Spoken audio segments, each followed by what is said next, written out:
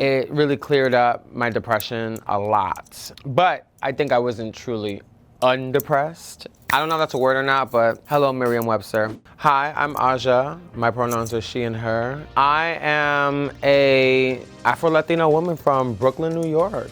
I am a media mogul. I mean, I'm reality TV, a musician, a model. I'm whatever you're paying me to do. But, you know, don't get crazy. Pride is literally just being yourself unapologetically. Like, to me, it's so self-explanatory. It's just be you and not think about it, not worry about it, and not feel like you have to hide it. I celebrate Pride by existing, honestly. It's a really tough time right now for trans women, especially trans women of color, and especially Black trans women. And I think that, like, just being able to be alive in this climate, it's a protest in a way. I wear that with pride because I'm just like, y'all not gonna get me. I think people need to understand that trans people have been here, you know, before 2023, the 2000s. We've been here forever, and we're only becoming more because people are realizing that it is what it is. You can just be yourself. I feel like the definition of queer has changed so much over the years because I feel like at some point it was derogatory and it was supposed to be like against the norms of society and binary. But I feel like right now, well, I feel like it kind of still means that. I feel like, but it's just people are wearing it as a badge of honor instead of in shame.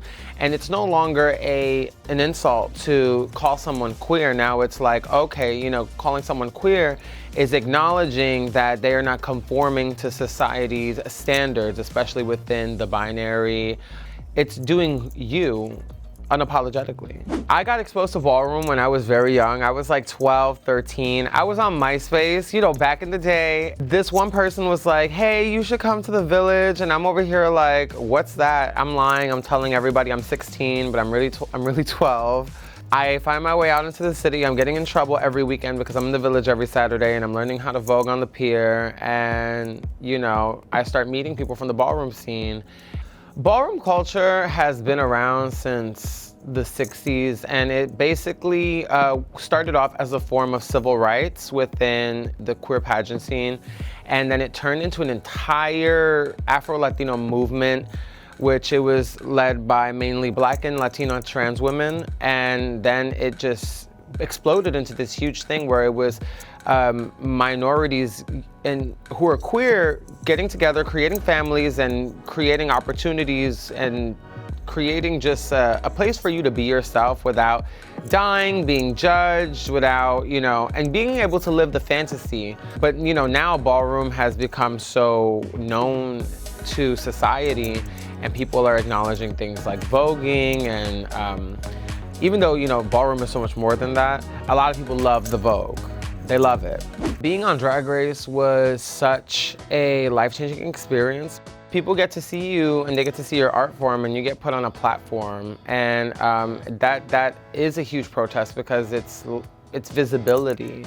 And now people who maybe didn't relate with anybody else before get to see you learn your story and maybe they relate with you and you can save someone's life by just being. My whole like drag identity and artistry was so based on things that I feared and things that I wanted. I think I was running away from my femininity for a long time. In 2018-19, I really stepped back from the idea and concept of doing drag because I didn't want people to just look at me as some sort of like clown or like I didn't want to just be a drag queen. I was like, I want people to look at me as an artist.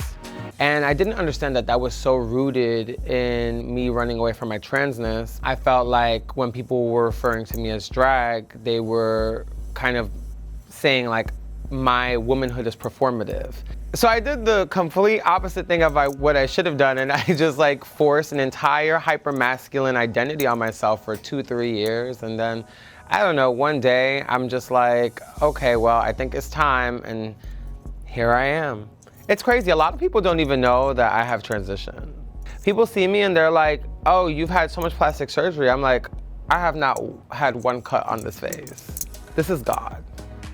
But I don't let too much people into my transition because, you know, it's personal. Celebrities undergo gender affirming surgeries and procedures all the time. Getting breast implants is gender affirming. Getting a BBL is gender affirming. Even the male surgeries are all gender affirming. So like, why is it such a crazy thing when we do it? The Karamo show asked me about a time in my life where I had to overcome. It would just have to be in 2019. That was such a hard year for me because when I was really pushing myself away from the drag world and RuPaul's Drag Race and trying not to be associated with that brand because I was so ashamed of being a drag artist because I was scared to transition. Particularly, there was one time I went to London for London Pride. I was in the terrible hotel room that the promoter had booked. I was just sitting there. I just had like a whole breakdown. And like, I was like, I can't do this. This was all internal. And that's what made it worse, was that I didn't say nothing. I think that as I was imploding, I really, for a second, just realized at that moment, I was like, I don't want to live anymore. Like, I don't feel like life is worth living. It was kind of hard to be in that moment because I just didn't know what to do.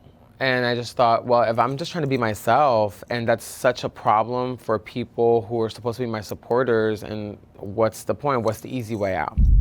I think what I realized after that, though, was that the way that I was handling the situation was maybe not the best way to do it publicly. And because I was addressing it publicly, and I realized I didn't need to do that. And as I kind of took steps away from social media, I realized that it was healthier for me to not engage so much when it came to my personal identity and who I was, and to debate my artistry, because I didn't need to do that. And in the wise words of Lady Gaga, that's why you are the public and I am the artist. I started to kind of like go by that. But once I started physically affirming my womanhood, I felt that's when I became happier. Yeah, I'm here, I'm alive. If you're watching this, just do you. Do not be afraid.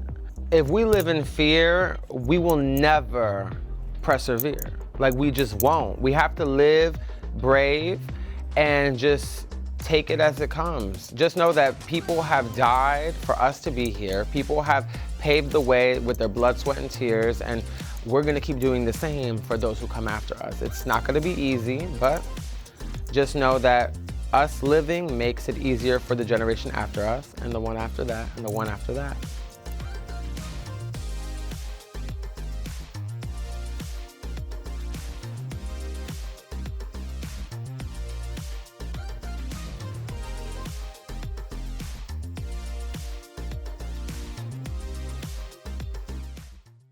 Hold up. Where are you going?